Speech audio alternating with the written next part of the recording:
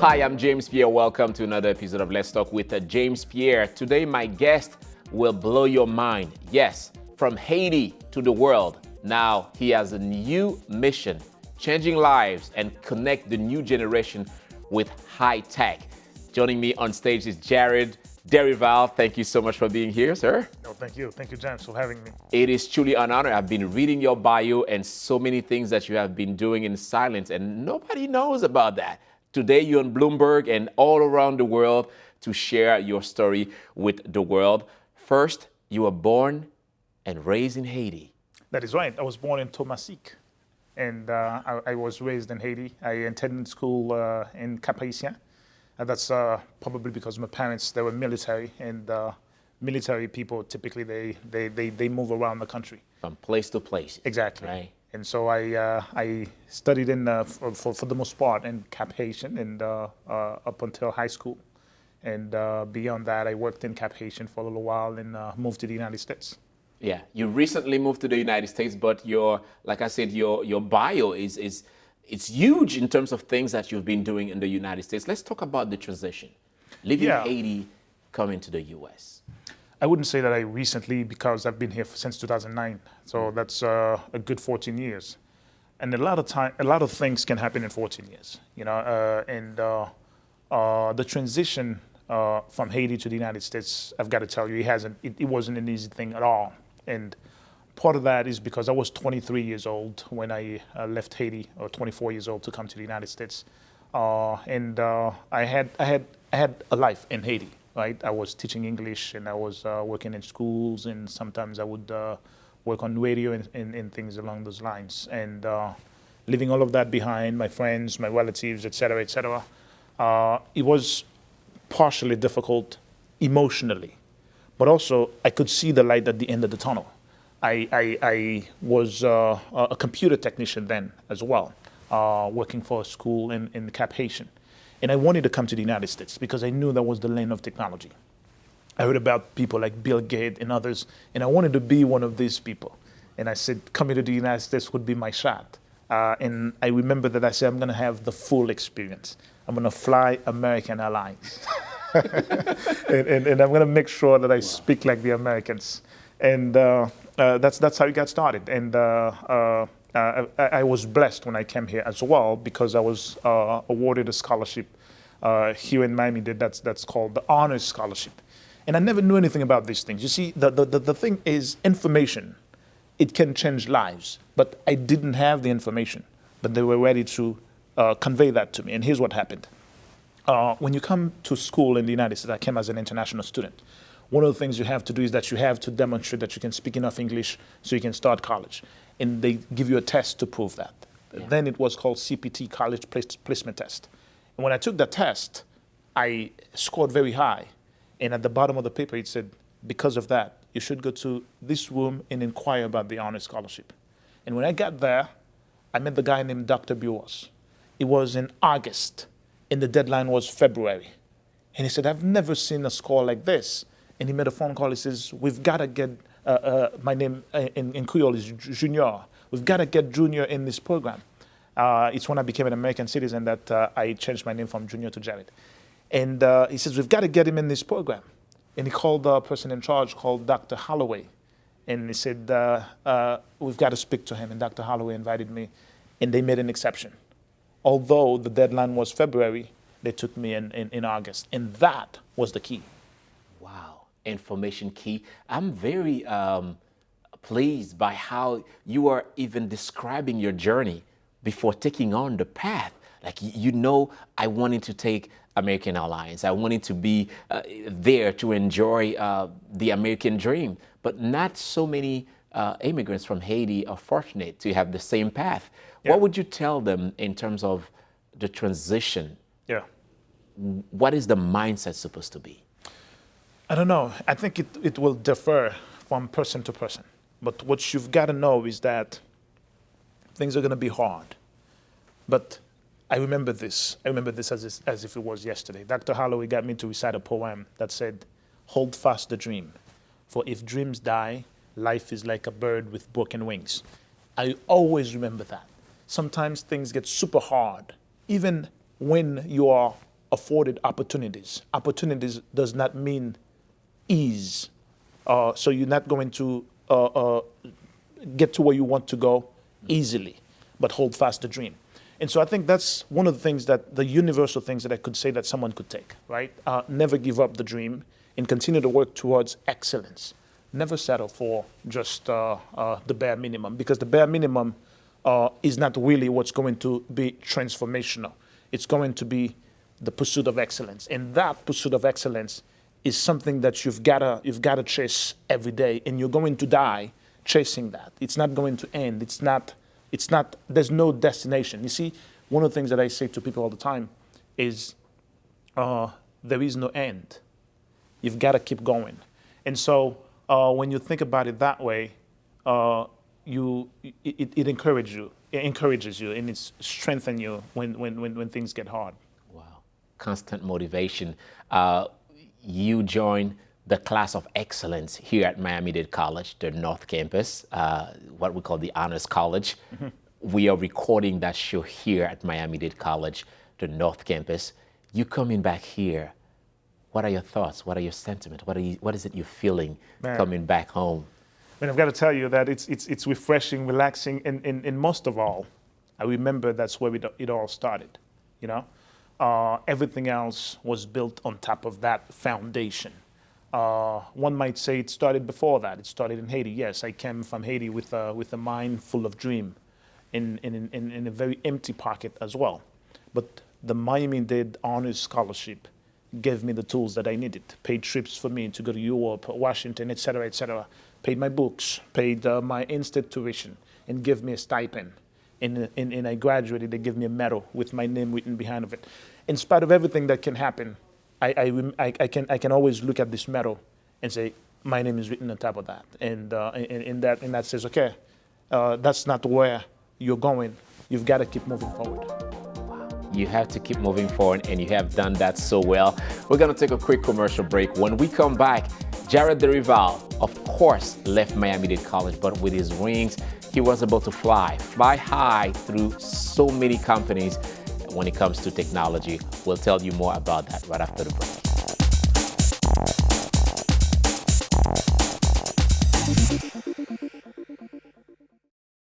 Learn and earn today at Miami-Dade College. College graduates earn 56% more than high school graduates and $1 million more in lifetime earnings. A degree from MDC is your path to greater earning power and career success.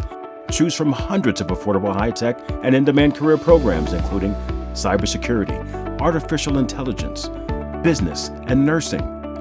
Learn and earn today at MDC and fast-track your career. Enroll now at mdc.edu/purpose.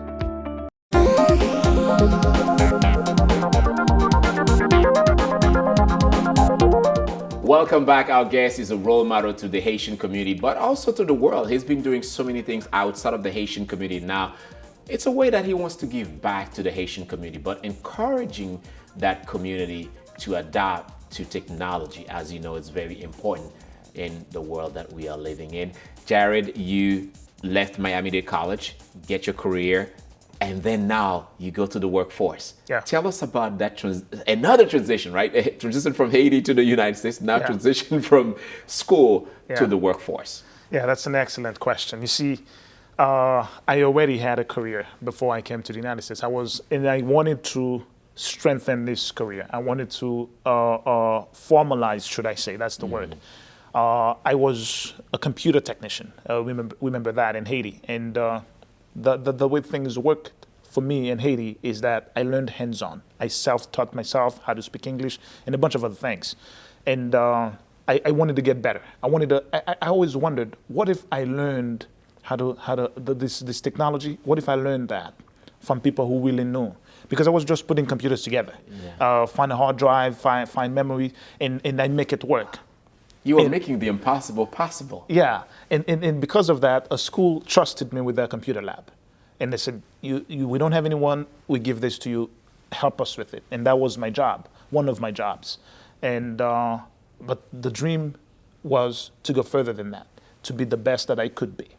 And the United States being the land of technology, if I ever made it there, I knew that I would have an opportunity. So I did my best to get there. And now here I am. with relatively okay knowledge of information technology. And so I thought I could transition from being an information technology professional in Haiti to one in the United States. That was very hard, almost impossible. And I started looking for jobs after jobs after jobs. And I always got one answer. We are sorry to inform that we chose somebody else, et cetera, et cetera. And So you've been rejected over and over. over and over. And I attended Miami-Dade. And all throughout, I've been trying to find a job while I am studying, right? And I couldn't. And I graduated with honor from here, and I transferred to FIU.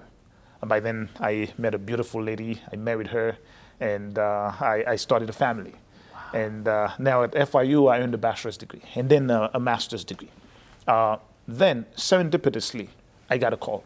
Well, to survive, I have to do various types of jobs. At some point, I worked at a restaurant, I worked at valet, I was a door-to-door salesperson, I was a car salesperson. All of these, I remember exactly the valet job. It was very tough, but I was attending FIU, and I had to do that job from 4 p.m. to 3 a.m., and I've got to be in class at 7 a.m.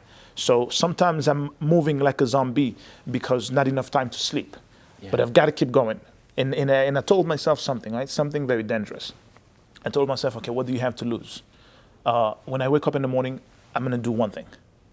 Do I feel like I can move? Like my legs are working and things like that?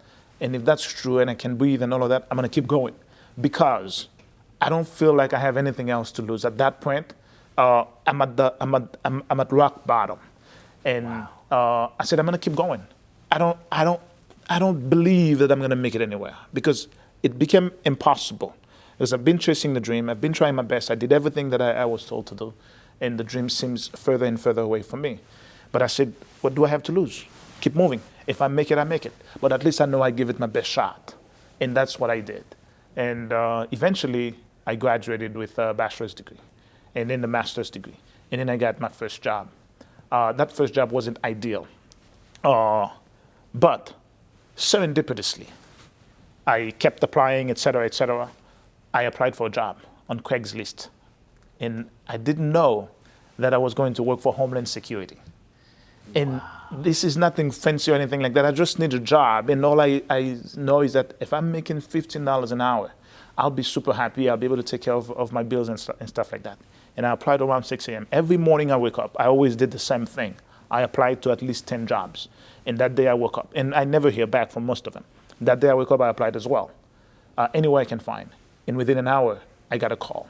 A very serious person said, we're looking to speak to Mr. So-and-so. I said, yes, this is I. And I remember I was at Walmart at the cashier. And they say, you applied for a position. Are you available for an interview? I said, yes, I am. And then I showed up. And well-dressed and all of that. I had my jacket behind the chair of my car. Yeah. And then I went. The drive was about an hour and a half from my house. And then in the desert. Well fenced in and all of that. And then there's a gate that has a little door, a little room with two guys inside, and they're speaking in radios. And I said, I'm here to speak to Mr. So-and-so. I said, you stay here, you park here, and all of that. And they spoke in radio. They called that gentleman. I remember this gentleman. And he came, no suit, no anything like that. He had camouflage. And I said, let me take my jacket. He says, that won't be necessary. I said, well, I'm not going to get the job or something good. And he got them to open the gate, and he walked me inside a bunch of trailers. It's a covert government operation. And he says, everything you see here, you're not allowed to speak to anybody about, not even your wife, et cetera, et cetera. And he walked me around, and I'm seeing technology like I've never seen before. I'm seeing walls of big screens and things moving around. And I thought I knew something. I have a master's degree in computer engineering and in cybersecurity by then. And I realized I know nothing. And these guys are moving. People are doing work. And he says, well, this is the operation. And this is what we're doing here. We're doing that. And he says, have you ever been arrested? Have you ever committed this crime and that type of crime? I said, no, sir, that's not me at all. He says, well, I'm willing to give you a shot. He didn't ask me, how much do you know about this? How much do you know about that? Then I realized they knew that my master's degree didn't give me the preparation to do what I'm about to do. Yeah. And so they saw something. And they knew they saw something. What they saw, as they explained to me later, was like raw diamond. And when you meet the raw diamond, you don't say, oh, how beautiful do you look, or things like that. It's not going to look beautiful. You know you're going to transform it if you have the skills to do that. And they said they're going to give this guy a shot. And he says, I'm willing to give you a shot. And that's all I needed to hear. And he said, you go to this place, FBI, and they're going to fingerprint you and all of that. And they fingerprinted me. And I went straight there. And by tomorrow, 5 a.m., I report to work. The schedule is 12 hours a day. It's a military schedule. Those folks are, most of them were military. It's a subcontracting company that works only for government offices. And the operation was called Response Force 1. Real big deal. 5 a.m. I show up to work. You're going to work from 5 a.m. to 5 p.m. And after 2 months, you're going to switch from 5 a.m. to 5 p.m. You're going to go 5 p.m. now to 5 a.m. because they're preparing you for you to go to missions overseas. And the time changes, the conditions change, and you've got to be ready to work either during the day or during the night. And for 12 hours, what you do most of is training, hands-on. You're touching technologies that the world will never see. And I said, that is my shot. I remember I told my wife, this is how much they're going to pay. I never fathomed making that much money. Wow. You know what I mean? And to us, to me and my wife, that was like we were rich. And she says, are you sure about that? If that's really true, in 3 months, we can buy a house, we can do this, we can do that. And I said, well, I'm going to give it my best shot. The drive, when there's traffic, is about 3 hours. When there's no traffic, about an hour and a half from my house. That's not a problem to me. I'm going to make it happen. And that was the job. Sacrifice and make it happen. That's what what, an that's amazing what made story. the change, yeah. Stay with me. We're gonna take a last commercial break, but I wanted to talk about the attitude and what keeps driving you on a daily basis. Not only to drive for 3 or 4 hours, but also to maintain that stability that you had to do at work. We'll be right back right after the break.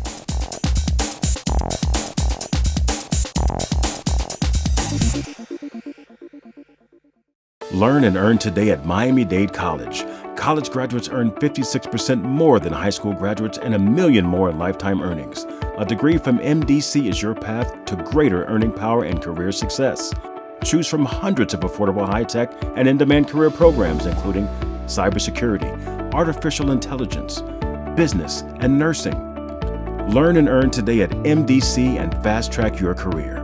Enroll now at mdc.edu/purpose.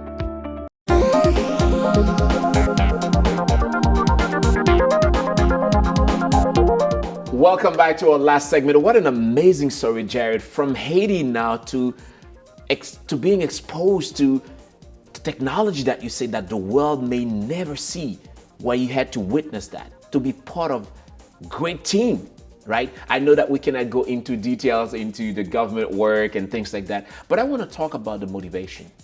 When you woke up after having your first job, working for the government, what kept you going on a daily basis to work 12 hours a day? Yeah. I think not only do I remember the poem, Hold Fast the Dream, but I remember I come from afar and I've made it this far. I'm not going to stop now. It's not easy, my friend. I've got to tell you. Sometimes I'm sick and I still keep going.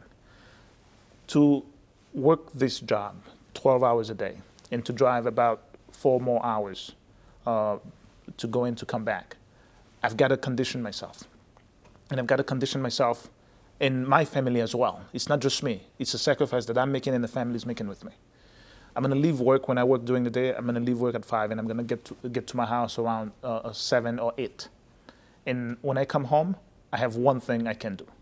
I eat while I am driving because there's not going to be enough time for me to eat when I get home. I speak to my wife briefly and my bed's ready, everything's ready. It's a different room from my wife's room because she doesn't want the kids to wake me up. My boots are right next to my bed, my coffee's programmed, and my bag, the clothes I'm gonna wear, everything's programmed that way. So you're always on the go, ready to go. Because I'm gonna wake up at 2 a.m. and I'm going to go from 2 a.m. and get close to the job. Not at the job, I'm gonna go to a gym. I'm gonna exercise for 45 minutes. And then after that, I'm going to put my clothes on, my work clothes, and get to work. I've got to get to work 15 minutes before the time. That's the way it works in this environment. If you get there exactly at the time, you are late. You're late. Because there's a briefing that starts. The briefing starts 15 minutes before you start. So you've got to be part of that briefing to take notes from the people that are leaving and then for you to continue what they were doing. And so I kept going, knowing that the journey has been long, but now we're here. And I'm not going to give up because I have somewhere to go. And second thing that happened, right? For the first time, we have the opportunity to afford things that we really needed. Lights are no longer being turned off because we can't pay. We're no longer losing our internet, our TV. We are able to pay. We're no longer behind in paying rent and all of these things. And I said, you know what? I'm not going to end after this. I'm going to make sure that I solve this money problem once and for all. Wow. So not only that, I wanted to dedicate time as well to talk about your new dream and things that you've been doing, right? So Yeah. from all these experiences of all the places that you went through, all the companies that you worked through, now you have the Academy. Yeah. I want to talk about the creation of the Academy and what the Academy offers to, I'm not going to say to the community, but to the world. Here it is, right? After this job prepared me, right? It's kind of like the Miami-Dade opportunity. This job was the opportunity. Miami-Dade gave me the opportunity to get the education I needed. This gave me the opportunity to get the experience that I needed to be the person I wanted to be. I left that job, and I was, before that I left that job, I was invited to work for Bang Energy Drink. And I became the lead person building the Bang Energy Drink. First time I was in charge, and I'm being flown to, there's a brand new headquarters that was being built. It's an empty space, huge. Cars are being driven inside, and I'm meeting with civil engineers and all of that, and I am the man in charge now. And I'm going to design this network and make it work for a manufacturing plant. That's where they produce beverages. And I built that network with about 29 different sites. Real big deal. I'm spending millions of dollars, and I feel on top of the world. And then I was invited to work for the Seminole tribe as a firewall architect to secure the tribe's infrastructure. And I became later the head of cybersecurity for the Seminole tribe. I worked for Insight. Insight is one of the biggest information technology solutions delivery in the world, with over 15,000 employees headquartered in Arizona. As an architect there, I saw the opportunity to open my own company, because that was always my dream, to have my own company that I can impact the community the way I want to impact it, and create opportunities for others who, like me, would have never been given a shot if someone didn't open the door. And so I seized that opportunity, and I opened my own company. And with the reputation I've had, I had by then been specialized in a bunch of things: Palo Alto, Cisco, Fortinet. I have a huge reputation as someone who has the authority and who's spending tens of millions of dollars, not my own money, but through the companies I work for, with these companies. Once I opened my company, I requested that I become a partner of these major vendors, and they agreed. We are now Palo Alto, Checkpoint, Fortinet partner in all of this. That's a real big deal that we're talking about. But now I always thought, is that it? Is that the destination? But then I remember I've always been telling people there's no destination. It never ends. Yeah. So in spite of how much fun you see that you're having, that's not the destination. If you ever think that there is a destination, I think you get it wrong. That's my own understanding. Because as long as you keep breathing, there's somewhere for you to go. There's someone for you to impact, and there's something new for you to do. And that's exactly what you're doing now. You're impacting the community. So the Academy offers classes. People can take classes online or wherever they are to advance in technology. Is that right? I wanted to get there, right? Yeah. And I was laying the ground. So Magna Cyber. Magna Cyber is a solutions delivery company, one of the best there is, respected all around the world. We have advised heads of states, CEOs, CISOs, and we're in charge of real big enterprises. But then I wanted to give people the same type of opportunity that I was given when I worked for Response Force One, which is the opportunity for me to have access to technologies that I would have never even dreamt about. And how could I do that? Now I have that same power that the gentleman had when he said, I'm willing to give you a shot. I have shots that I can give now. You know, I am a reseller of some of the biggest technologies around the world. You think about Palo Alto, since you're not in technology, you may not know, but that is the #1 cybersecurity company for the past decade. We were a partner with that company, and I have access to that technology.